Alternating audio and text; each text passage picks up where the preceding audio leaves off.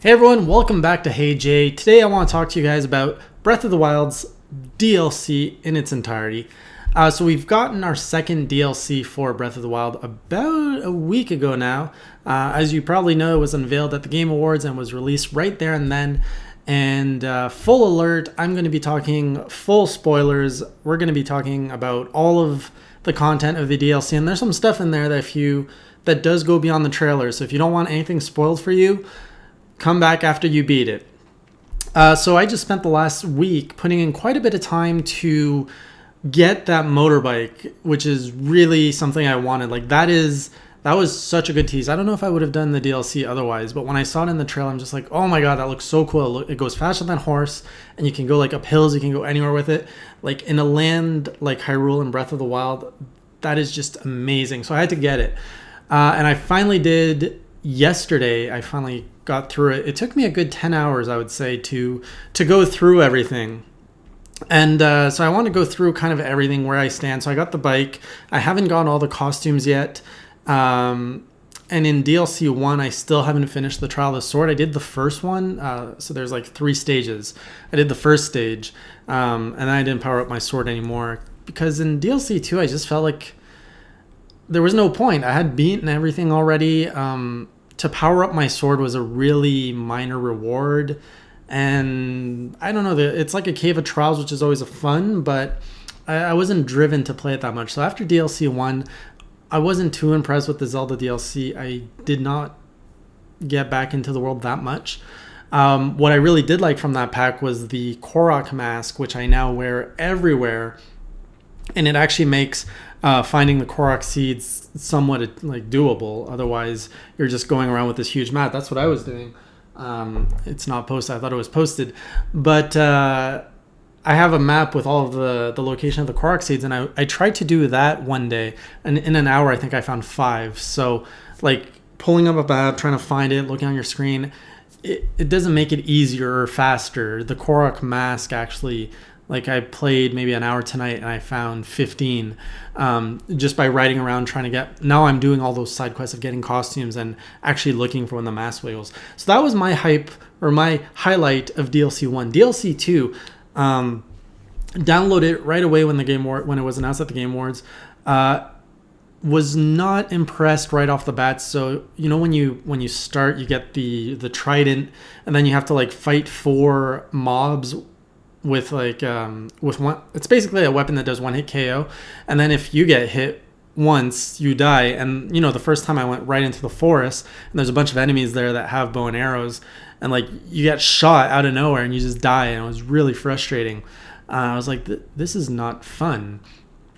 And I was talking with Sean RGT85 about it, and he's like, I'm not doing this. This is not fun at all. So I was like, yeah, I'm going to give up, but I really wanted that bike, and that's kind of what motivated me to go back to it. And the more I would play it, every time I tried, I got a little bit further. And then it's after beating the first mob that I realized, oh, cool, this actually opens a whole new shrine. But even then, the shrines, I'm like, oh, 1-hit kill, this is kind of stupid. I really didn't like that aspect of it. It's actually a tweet on Twitter that made me continue, because Sean was complaining about it on Twitter. And someone replied oh, the 1-hit KO is the worst, but it opens up after. I was like, oh, what? There's more after these 4 shrines. So that's what kind of motivated me to keep going, knowing that the 1-hit KO would go away eventually. So I stuck through it. I got through the 4 fights, the 4 shrines, and then of course you get your trident thing. It's not a trident because there's 4 forks. I don't know what that's called. A spear. Let's call it a spear. So that goes off, and then it goes near all of the beasts, the divine beasts. Going there, this is where I started really loving the game, because now you're given 3 riddles basically of where to find trials. So you have the riddle itself, then you have the trial itself that opens the shrine, and then when you get all 3, you still have to beat a boss in a very unique equipment configuration. So that's really engaging. That's a lot of content. I went first to the camel, the one in the desert. So I did the worst, the probably the most difficult Ganon fight out of the 4, and I'm really glad I did that first, and I'm really glad I learned how to parry and dodge, so it wasn't too bad this time. But it was just really interesting, and it's a good amount of content. Like, it's a good hour, an hour and a half to do a whole section around a divine beast. So I would do one a night, and then yesterday I just did, I think, 2 just to finish it off.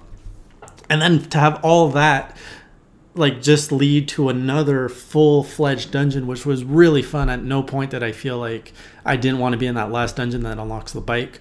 It was a really good one. And then, of course, you don't even get the bike after that. And then one more challenge, and you have to fight this whole new boss fight, which was never there in the game. You actually get to fight a monk, and he was really challenging. Not so challenge like I beat him in my first try, but challenging in the sense that I couldn't take him lightly. I was running out of weapons. None of the stuff I had was barely doing any damage. Like, I wasn't ready to fight him. I was just going in with what weapons I had and what food I had. It's not like I prepped beforehand. But I ended up beating him. He was a pretty fun fight. And then you get the bike, this awesome reward. And now I'm actually playing the game again simply because I'm enjoying riding around Hyrule and like just trying to find these little things. I'm trying to do side quests. I have 41 side quests left to do. I have all the shrines. I've beaten the game. I have, I think, 130 Korok seeds now. So now it's just those 41 side quests left to do and the Korok seeds, and I'll pretty much have nothing left to do. I'm not the kind of guy that will replay all of Breath of the Wild for Master Mode. I've already put in 100 plus hours into the game, and I just would rather put another 100 hours towards other games instead of playing Breath of the Wild on a harder mode.